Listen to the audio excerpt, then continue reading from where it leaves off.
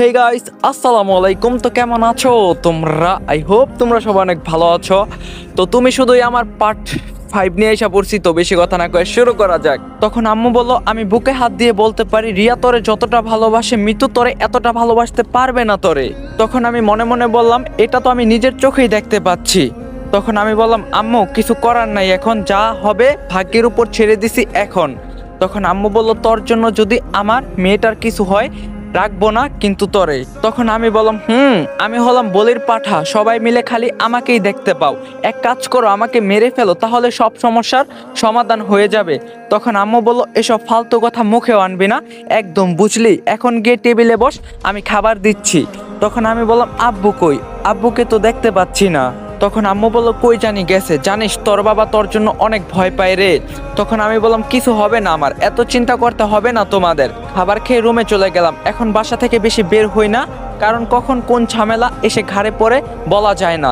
রুমে শুয়ে শুয়ে চিন্তা করছি এইসব কিছুর সমাধান আমি কিভাবে করব। একটা সমাধান করতেই হবে, নইলে ওদের মারামারি আমার দেখতে হবে। ধুর, এত চিন্তা করি কেন আমি? যা আছে কপালে, যা হবার হবে, সে পরে দেখা যাবে। সকালে ঘুম থেকে উঠে ফোনটা হাতে নিয়ে দেখি 9টা বেজে গেছে। বাবা, এত সময় হয়ে গেল, আমি কিছুই বলতে পারি না।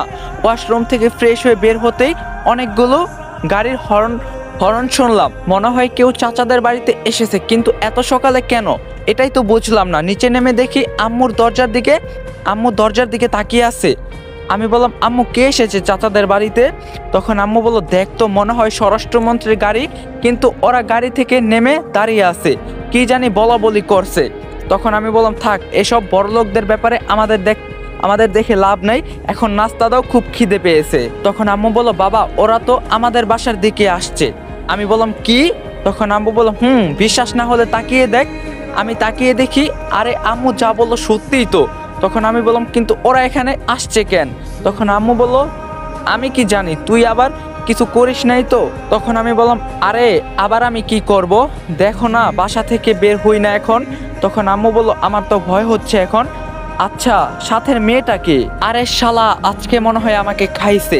তুবা আর ওর ভাই সুমন আমাদের বাসার দিকে আসছে। তবে তুবার মুখে হাসি দেখে বুঝতে পারছি সেদিনের অপমান করতে আসছে মনে হয়। ওমা ভিতরে সেই সোফায় বসলো, আর ওদের আশেপাশে বডিগার্ড দাঁড়িয়ে আছে। রং কথা বললেই আজকে খালাস করে দিবে, খুব ভালো করে বুঝতে পারছি। এর মাঝে আমার বাবা ভিতর থেকে বাইরে চলে আসলেন। তখন বাবা বলল, তোমরা হঠাৎ এত সকালে আমার বাড়িতে কেন বাবা? তখন সুমন বলল, আসলে আঙ্কেল, আমার বাবাই আসতো, কিন্তু ওনার কিছু কাজ থাকার কারণে উনি আসতে পারে নাই, তাই আমার ছোট বোনের গার্ডিয়ান হিসাবে আমাকে আসতে হলো। তখন বাবা বলল, আমাদের বাসায় আসছো, খুব ভালো হয়েছে, তোমার আর আমার মেয়ের বিয়ে কয়েকদিন পর, তা দাওয়াত দিতে আসছো বুঝি? তখন আমি বললাম, বাবা কি সব কথা বলছো তুমি? তখন সুমন বলল, আরে ভাইয়া বলতে দেন না, উনি মুরব্বী মানুষ, বলুক না। তখন আমি বললাম, না ভাইয়া, আসলে এই বিষয়টা কেমন দেখায় না, কিন্তু হঠাৎ করে সকালে আমাদের বাড়িতে এটা একটু আশ্চর্যের ব্যাপার না ভাইয়া, যেখানে আপনারা স্বরাষ্ট্রমন্ত্রীর ছেলে মেয়ে আমাদের মতো গরিবদের ঘরে এসে সময় নষ্ট করবেন, এটা আমি ভাবতেও পারি নাই। তখন সুমন বলল, দেখো আকাশ, নিজেদের নিজে অপমান করবে না। গরিব বলে কি তোমরা মানুষ না? আমাদের শরীরে রক্ত আছে, তোমাদের শরীরে তো রক্ত আছে, কোনো দিক দিয়ে তো আমরা আলাদা না। তাছাড়া আমাদের এখানে আসার একটাই কারণ, আমার ছোট বোনকে দেখছো? তখন আমি মনে মনে বললাম, আরে ডং কত, ছোট বোনকে দেখছো? ওকে আমার দেখার কি হলো, ওর মতো ডাইনি মানি কি কইতাম আর। তখন সুমন বলল, কি চিন্তা করো আকাশ? তখন আমি বললাম, আরে তেমন কিছু না ভাইয়া, আপনিই বলেন। তখন সুমন ভাই বলল, তোমার সাথে আমার বোনের কি কথা হয়েছে জানি না, তবে এখান থেকে যাওয়ার পর আমার বোন একদম চুপচাপ থাকতো, তেমন বেশি কারোর সাথে কথাও বলতো না। আজকে সকালে আমার নজর এলো আমার বোনের উপর, দেখছো এখন ওর চোখগুলো লাল হয়ে আছে। আমি তখন জিজ্ঞাসা করি, এমন অবস্থা কেন? ও তখন বলল, আমাকে সরাসরি বলল, তোমার কথা চিন্তা করে শুনে বেশ অবাক হয়েছ না? আমিও খুব বেশি অবাক হয়েছি।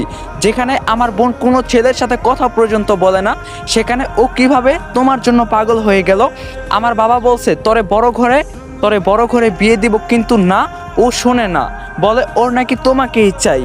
বাবার সাথে রাগ করে আমার কাছে এসে কান্নাকাটি করে এসে বলল, জানি না তুমি ওকে কি সব বলছো, যার কারণে ও তোমার জন্য পাগল হয়ে গেছে। তবে আমি আমার ছোট বোনের চোখে পানি দেখতে চাই না, তাই এখানে সকাল সকাল তোমার সাথে কথা বলতে চলে এলাম। তখন আমার বাবা বলল, বাহ বাহ বাহ, এটা তো খুব ভালো কথা। আমাদের এক মেয়ে আমাদের বাড়ি থেকে যাবে, আরেক মেয়ে আসবে, এর থেকে খুশির খবর আর কি হতে পারে। সুমন ভাইয়ের কথা শুনে আমি সত্যি অবাক হয়ে গেছি। তবে এখন বুঝতে পারছি আমি নিজের বিপদ নিজেই ডেকে আনছি। ভাবছিলাম ওকে দিয়ে মিতুকে সাহায্য করব, কিন্তু কে জানতো ও আমার পিছনেই পড়ে যাবে। তুবা বেচারি কি দোষ, ওকে তো মিথ্যা ভালোবাসার স্বপ্ন আমি দেখাইছি। এখন নিজেকে অনেক বড় অপরাধী মনে হচ্ছে। ওর সাথে একটু প্রেমের অভিনয় করার কারণে আজকে ও এখানে চলে আসবে, কে জানতো। আর সেই দিন তো বেশি কিছু বলে নাই, তোবাকে সাহায্য করার জন্য একটু বুঝাইছি, আর এতেই আমার জন্য পাগল হয়ে গেছে। বাহ বাহ বাহ বাহ, এই না হইলো বাঙালি। গাইস তোমরা হাসো না, আসলে আমার গল্পই এমন, বোঝো নাই যে একবার দেখবো হ্যাঁ গল্পের প্রেমে পড়া যাও। আসলে বোঝো নাই, গল্পই বানায় এমন। তো দুঃখজনক বিষয় হলো আমি তোমাদের মাঝে আর বেশি দিন থাকতে পারবো না, হুটহাট চলে যামগা। কিন্তু যারা যারা ভিডিওটা দেখতেছো, তোমরা যদি চ্যানেলটা সাবস্ক্রাইব না করো, ধান খেতে বক তোমগো নানিরে কইরা দিন পক পক। তো চ্যানেলটা তাড়াতাড়ি সাবস্ক্রাইব করো। যাই হোক, গল্পতে যাই আবার। তখন আমি বললাম, আসলে সুমন ভাই, আপনারা হলেন স্বরাষ্ট্রমন্ত্রীর ছেলে মেয়ে, একটু চিন্তা করে দেখেন, আপনাদের সাথে আমাদের যায় না। তখন তুবা বলল, তুমি এত চিন্তা করছো কেন? আমি সব কিছু মানিয়ে নিয়ে থাকতে পারবো, থাকতে পারলেই তো হবে। তখন সুমন বলল, এখন তো আমার বোনের কথা তুমি শুনতেই পারবে। কি বললা, কি বলো? তখন আমি বললাম, ভাইয়া আমি এখনো তো বেকার, চাকরি বাকরি নেই, ওকে কিভাবে? তখন সুমন ভাই বলল, বুঝতে পারছি, তোমাকে আর বলা লাগবে না, বলো কি ধরনের চাকরি তুমি করতে চাও। তোমার কাছে ওরা এসে চাকরি দিয়ে যাবে আজকেই। আসলে আমি আমার বোনের চোখের এক ফোঁটা জলও দেখতে চাই না। তখন আমি বললাম, ভাইয়া আমাদের একটু সময় দেন, এখানেই তো সব কিছু আর বলা যায় না। হয়তো বাবা বলে দিছে, কারণ এত বড় ঘর থেকে আপনারা এসেছেন, যে কেউ রাজি হয়ে যাবে, যে কেউ রাজি হয়ে যাবে। যদি একটু সময় দিতেন খুব ভালো হতো। স্বরাষ্ট্রমন্ত্রীর ছেলে মেয়ে কথাগুলো একটু ভেবেচিন্তেই বলতে হবে, নইলে আশেপাশে যারা আছে শরীরের জায়গায় শরীর থাকবে না, কিন্তু শরীরের জায়গায় শরীর থাকবে, কিন্তু মাথা যে থাকবে না তা খুব ভালো করে বুঝতে পারছি আমি। তখন তুবা বলল, ভাইয়া দিয়ে দাও না কিছু সময় ওদের, আর তুমি চিন্তা করো না, ও দেখিও একটু পরেই তোমাকে কল করবে, আমার বিশ্বাস আছে। তখন এই গল্পের ডিরেক্টর ইয়ামিন বলল, হেই তুবা, তুমি আর তোমার বিশ্বাস হলো বোকাচোদা। এখন সুমন ভাই বলল, আমার বোন যেহেতু বলে ফেলছে তো আর আমি কি না করব? যাও তোমার ইচ্ছা মতো বলিও, তবে আমাদের নিরাশ করিও না। একটা কথা মাথায় রাখিও, আমার বোনকে কোনো ছেলের কাছে ঘেঁষতেও দেই নাই কখনো। তোমার সাথে সেদিন প্রথম কথা বলছে। আচ্ছা আমাকে এখন উঠতে হবে, রিয়ার সাথে একটু দেখা করে চলে যাব, চল তুবা। তখন তুবা বলল, ভাইয়া তুমি যাও, আমি আজকে সারাদিন ওর সাথে ঘুরবো, বিকালে ওকে নিয়ে বাসায় যেতে পারি, হয়তো বাবাকে দেখানো লাগবে না। তখন সুমন বলল, এই তোমরা থাকো, আমার বোনকে সেফলি বাড়িতে পৌঁছে দিবা। তখন তুবা বলল, না ভাইয়া আমার কাউকে লাগবে না, ও একাই আমাকে দেখতে পারবে। কি আকাশ, ঠিক না? তখন আমি ভয়ে ভয়ে বলেই দিলাম, হ্যাঁ হ্যাঁ হ্যাঁ ঠিক, সুযোগ পাইলে তোরা মারম একটা কিক। তখন সুমন ভাই বলল, দেখছো আমার বোন তোমাকে বিয়ে করার আগে বিশ্বাস করতে শুরু করছে। আচ্ছা রে থাক, তুই কোনো সমস্যা হলে আমাকে বলবি। তখন আমার আম্মু বলল, বাবা গরিবের বাড়িতে আসছো, কিছু খেয়ে যাও। তখন সুমন ভাই বলল, কয়েকদিন পর এই বাড়িতে আমি আমার ছোট বোনকে রেখে যাব, এভাবে গরিব বলবেন না। আমার বোন যেখানে থাকবে সেখানে সবাইকে বলতে হবে এই বাড়িতে একটা রানী আছে, আর আজকে একটু দরকার আছে, আরেকদিন এসে খেয়ে যাব। আর আমার বোন তো আপনার বাসায় আছে, বাই তুবা। তখন তুবা বলল, ভাইয়া যাও। এখন যে আমি বড় একটা বিপদের সম্মুখীন হচ্ছি, এটা খুব ভালো করেই বুঝতে পারছি। এজন্যই গুরুজনরা সবসময় একটা কথা বলতো, ভাবিয়া করিও কাজ, করিয়া ভাবিও না। আর মেয়ে দেখে জীবনও কারোর সাথে মজা করতে যাব না, হোক না সে যতই সুন্দরী। উচিত শিক্ষা হয়ে গেছে আমার, এক বিপদ থেকে বাঁচতে গিয়ে আরেক বিপদে পড়ে গেলাম, এখন মনে হয় না যে আর বাঁচতে পারবো। তখন তুবা আমার আম্মুর কাছে এসে বলল, আপনাকে আমি আম্মু নাকি আন্টি ডাকবো? আমার আম্মু বলল, বেশ আজব প্রশ্ন তো। তখন আমি বললাম, তোমরা একটু এখান থেকে যাও তো, আমার তোবার সাথে কিছু পার্সোনাল কথা আছে। তখন বাবা বলল, তুই যাই বলিস না কেন, ওকে আমার ঘরের বৌমা করব। বলতে বলতে বাবা ভিতরে চলে গেল। তখন তুবা বললাম, বলো কি বলবে। তখন আমি বললাম, আমি ভাবতেও পারি নাই তুমি আমার বাড়ি পর্যন্ত চলে আসবে। তখন তুবা বলল, খেলা তো মাত্র শুরু, আরো পরে বুঝতে পারবা। তখন আমি বললাম, বুঝলাম না, আর তোমার এত ছেলে থাকতে আমাকেই কেন পছন্দ? অহংকার কি একসাথে সব শেষ হয়ে গেছে? তখন তুবা বলল, আমার বাবার টাকার পয়সার অভাব আছে। আমি অহংকার না করলেও কি তুমি করবে? তুমি কি করবে?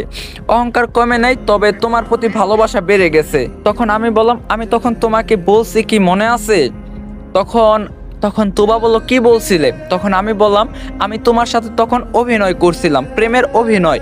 আমি তো জানতাম না তুমি আমার মতো ছেলের জন্য সময় নষ্ট করবে না।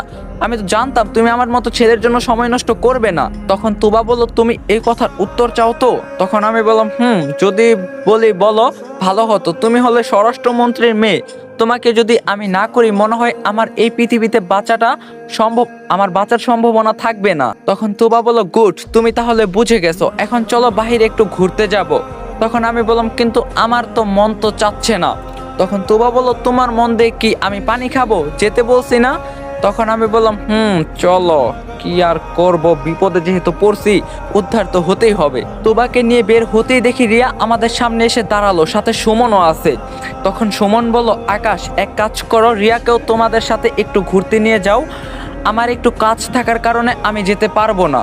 তখন আমি বললাম, ওকে ভাইয়া। সুমন চলে যাওয়ার পর রিয়া আমার দিকে ভালো করে তাকিয়ে দেখলো।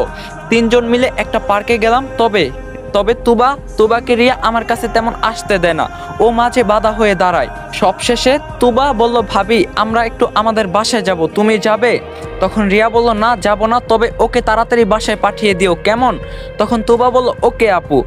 তখন রিয়া বলল, আকাশ, একটু এদিকে আয় তো। আমি বললাম, ছোট বোন নাম ধরে ডাকে, আবার ও নাকি আমাকে ভালোবাসে? আমি একটু আড়ালে গিয়ে বললাম, বল। রিয়া ঠাস ঠাস করে আমার গালে দুইটা চড় দিয়ে বলল, কয়টা মেয়ে লাগে তোর? তখন আমি বললাম, আরে এখানে আমার কি দোষ? আমি কি করছি? ও আমার পিছনে পড়ে আছে। রিয়া বলল, পিছনে পড়ে আছে তাই তো, আজকে তুই আগে বাসায় যা, দেখ তোর কি অবস্থা করি। তখন তুবা বলল, আকাশ, তাড়াতাড়ি করো। তখন রিয়া বলল, তাড়াতাড়ি করো না, তরে যদি ঝাড়ু দিয়ে পিটাতে না পারি, আমার নামও রিয়া না। তখন আমি রিয়ার থেকে সরে গিয়ে বললাম, বিপদ খালি আমার মাথার উপর এসে পড়ে কেন বুঝি না। তুবাকে নিয়ে ওদের বাসায় গেলাম, অনেকগুলো সিকিউরিটি গার্ড আমাকে আটকে ধরলো। তুবা বলল, ও আমার বন্ধু হয়, এজন্য ভিতরে যেতে পারছি। ভিতরে গিয়ে দেখি, ওরে বাবা, এটা তো কোনো বাসা মনে হচ্ছে না, মনে হয় যে কোনো রাজমহল, এত সুন্দর বলার বাহিরে। তখন তুবা বলল, কি দেখো এদিক সেদিক তাকিয়ে? তখন আমি বললাম, তোমাদের বাসাটা তো অনেক সুন্দর বলতে হবে। তখন তুবা বলল, এখানে টাকার খেলা হয়েছে বুঝলে, তোমার 7 জন্মের ভাগ্য যে এখানে আসতে পারছো। তখন আমি বললাম, অপমান করলে বুঝি? তখন তুবা বলল, তোমার যদি তাই মনে হয় তবে তাই করছি আমি। এখন এত কথা বলবে না তো, দেখো তোমার জন্য কত খাবার অপেক্ষা করছে। আমি জানি তুমি সকাল থেকে কিছুই খাও নাই। আমি একটু খুশি হয়ে বললাম, তাই বলে এত খাবার, এতগুলো আমি একা একা কিভাবে খাবো? তখন তুবা বলল, খাবে বলে হবে না, খেতেই হবে, আগে যাও তো। তখন আমি বললাম, কিন্তু একা একা তো খাবো না, তুমিও বসো। তখন তুবা বলল, না, আমি খেয়েছি, তুমি বসো। আমি একটা চেয়ার টেনে খেতে বসলাম। যারা আমাকে খাবার বেড়ে দিচ্ছে ওরা আমাকে ইশারাতে কিছু বোঝাতে চেয়েছে, কিন্তু আমি কিছুই বুঝলাম না। তবে এগুলো সাধারণ খাবারের থেকে আলাদা, বড়লোকদের ব্যাপার আলাদা তো হতেই পারে। কিছু খাবার খেতেই আর খেতে পারছি না। তুবা আমার দিকে তাকিয়ে আছে আর মুচকি মুচকি হাসছে। হঠাৎ দেখি সুমন ভাই নিচে আসলো, তবে ওনার হাতে একটা বিদেশি কুকুর। কুকুরটাকে হাত থেকে ছাড়তেই দৌড়ে এসে কুকুরটা আমার পাশের টেবিলে বসে ইচ্ছা মতো খেতে লাগলো। আমি এবার খাবার রেখে অবাক হয়ে গেছি। মনে হচ্ছে যেন তুবা আর সুমন ভাইয়া আমার সাথে কোনো গেম খেলছে। হা করে হাসতে লাগলো ওরা দুই ভাই বোন, আর আমি তাকিয়ে আছি বোকার মতো। তখন তুবা বলল, কিরে আকাশ, কেমন ভালোবাসার অভিনয় তোর সাথে করলাম? তখন আমি বললাম, মানে কি সব কথা বলছো তুবা? তখন তুবা বলল, তোর মতো ছেলেকে আমি এই বাসায় নিয়ে আসবো, তুই ভাবলি কি করে? তোরে তো এখানে আনছি অপমান করার জন্য। তখন সুমন ভাই বলল, তোর তো সাহস কম না, আমার বোনকে অপমান করিস, আবার আমার বোনের সাথে নাকি ভালোবাসার অভিনয় করিস। আজকে তোরে কুকুরের খাবার খাওয়ালাম, কেমন লাগছে? এখন মনে যেন আমার চারপাশ পুরো পৃথিবী আপনা আপনি বদলে যাচ্ছে। সত্যি আজকে আমার মতো অসহায় ব্যক্তি মনে হয় এই পৃথিবীতে একটাও নেই। কি আর আমি করতাম? আমি এখানে না আসলে ওরা আমাকে জোর করে হলো আমাকে তুলে নিয়ে হলেও আসতো। ওই বলছি না, আজকে এসবের জন্য আমি নিজেই দোষী। তখন আমি বললাম, সুমন ভাই, আপনাকে আমি এত ভালো মনে করতাম, আর আপনি? তখন সুমন ভাই বলল, তোর মতো ছেলেকে তো আমি গুলি করে মারতাম, আমার বোনকে অহংকারী বলিস? তোর সাহস তো কম না। আমার বোন অহংকারী হবে না তো তুই হবি? আমার বোনের টাকা পয়সা কম আছে রে, শালার বাচ্চা শালা। তখন তুবা বলল, ভাইয়া ওকে ঘাড় ধাক্কা দিয়ে বের করে দাও, ওকে এখন আমার একটু সহ্য হচ্ছে না। তখন সুমন ভাই বলল, আরে যাবেই তো, যাবার আগে আমার বোনের পা ধরে মাপ চেয়ে নে, নইলে জান নিয়ে ফিরতে পারবি না। তখন তুবা বলল, ভাইয়া বুদ্ধিটা তো খুব সুন্দর, এটার একটা পিক তুলে রাখবো কেমন? কিরে দাঁড়িয়ে আসত কেন, তাড়াতাড়ি কর না, বাঁচার মতো আর কোনো রাস্তাই নেই, ভালো করে বুঝতে পারছি। তখন আমি বললাম, প্লিজ ভাইয়া আমার ভুল হয়েছে, আমাকে মাফ করে দেন। আমি নিচু হয়ে বললাম, কি আর করব, বাঁচতে তো হবেই। তখন সুমন ভাই বলল, তোকে যেটা বলা হয়েছে সেটা করবি নাকি সিকিউরিটি গার্ড ডাক দিব? এখন আমার চোখ দিয়ে পানি পড়ছে, আস্তে আস্তে তুবার পায়ের কাছে গেলাম। তখন তুবা বলল, ভাইয়া ওকে দেখে আমার একটু মায়া হচ্ছে, মাফ করে দেই, আর জীবনেও মনে হয় আমাদের সাথে লাগতে আসবে না। তখন সুমন ভাই বলল, ওর কান্না দেখে আমারও মায়া হচ্ছে, যা তোরে মাফ করে দিলাম, এখন তাড়াতাড়ি আমাদের সামনে থেকে বিদায় হয়ে যা, নইলে লাথিও মারতে পারি আমি যে কোনো সময়। তখন আমি বললাম, ভাইয়া একটা কথা বলবো? তখন সুমন বলল, তোরে যেতে বলছি না, আবার আবার বলে একটা কথা বলবো। তখন যেতে যেতে বললাম, ভাইয়া সময় একদিন সবার আসবে, শুধু একটু অপেক্ষা করতে হবে, মনে রাখিয়েন। চোখে পানি মুছতে মুছতে রাস্তা দিয়ে হাঁটতে লাগলাম। এখন আমার এমন মনে হচ্ছে কোনো গাড়ির নিচে চাপা পড়ে মরে যাই। আজকে কুকুরের সাথে আমাকে তুলনা করা হয়েছে, ছি ছি ছি, আমি কতটা জঘন্য হয়ে গেছি। লড়াই তো শুধু করছে ওরা, এটা শেষ করব আমি। মরে গেলেই কি সব কিছুর সমাধান হয়ে যাবে? বাসায় ঢুকে দেখি পরিবেশ একদম নীরব, আম্মু কোথায় গেছে কি জানি। রুমে গিয়ে দেখি আম্মু, চাচি আর রিয়া তিনজন হাতে তিনটা ঝাড়ু নিয়ে দাঁড়িয়ে আছে। আমি এগুলো না দেখে মন খারাপ করে বিছানায় গিয়ে বসলাম। আম্মু হয়তো বুঝে গেছে আমার মন খারাপ। আম্মু আমার কাছে এসে বলল, কি হয়েছে রে বাবা? আমি আম্মুকে জড়িয়ে ধরে কান্না করতে লাগলাম। রিয়া তাড়াতাড়ি আমার পাশে এসে বসলো। আকাশ তোর কি হয়েছে, কেউ কি তোরে কিছু বলছে? তখন চাচি বলল, বাবা বল তোর কি হয়েছে, ওরা তো আবার তোর সাথে খারাপ কিছু করে নাই। তখন আমি বললাম, জানো আম্মু, আমি একটা পুরুষ নামের কলঙ্ক, ওরা আমাকে কুকুরের সাথে তুলনা করছে। তখন রিয়া বলল, কি তোর সাথে কি হয়েছে আমাকে একটু বুঝিয়ে বল। আমি আস্তে আস্তে সব বললাম। সব শুনে রিয়া বসা থেকে উঠে গেল। চাচি বলল, কি করিস মা, এখন আবার কোথায় যাবি? রিয়া কান্না করতে করতে বলল, যাকে এত ভালোবাসি, যার জন্য সবকিছু করছি, বিনা দ্বিধায় আজ সে অপমানিত, ছাড়বো না আমি ওদের কাউকে। ক্ষমতা হয়েছে বলে ওরা মানুষকে যেভাবে ইচ্ছা সেভাবেই অপমান করবে। চাচি গিয়ে রিয়াকে জড়িয়ে ধরে বলল, মারে তুই এসবে গিয়ে জড়িয়ে পড়িস না, তুই তো জানিস ওদের ক্ষমতা সম্পর্কে। তখন রিয়া বলল, তো কি হয়েছে, আমার বাবাও একজন এমপি, এটাও মনে রাখিও। গাইস আজকের পার্টটা এখানে এন্ড করতেছি। আর 80K সাবস্ক্রাইবার হইতে মাত্র 2K সাবস্ক্রাইব লাগে ভাই, সবাই চ্যানেলটা বেশি বেশি করে সাবস্ক্রাইব করে দাও, আর ভিডিওতে একটা লাইক দিবা, একটা কমেন্ট করবা। আর আজকের ভিডিওতে যদি 24 ঘন্টার মধ্যে 5K লাইক কমপ্লিট করে দিতে পারো, তাহলে কালকের ভিডিও আসবো 20 মিনিটের। তো ভিডিওটা বেশি বেশি করে লাইক করবা। দেখা হইব কালকে ঠিক 6:30 বাজে। সবাই ভালো থাকো, সুস্থ থাকো, আল্লাহ হাফেজ।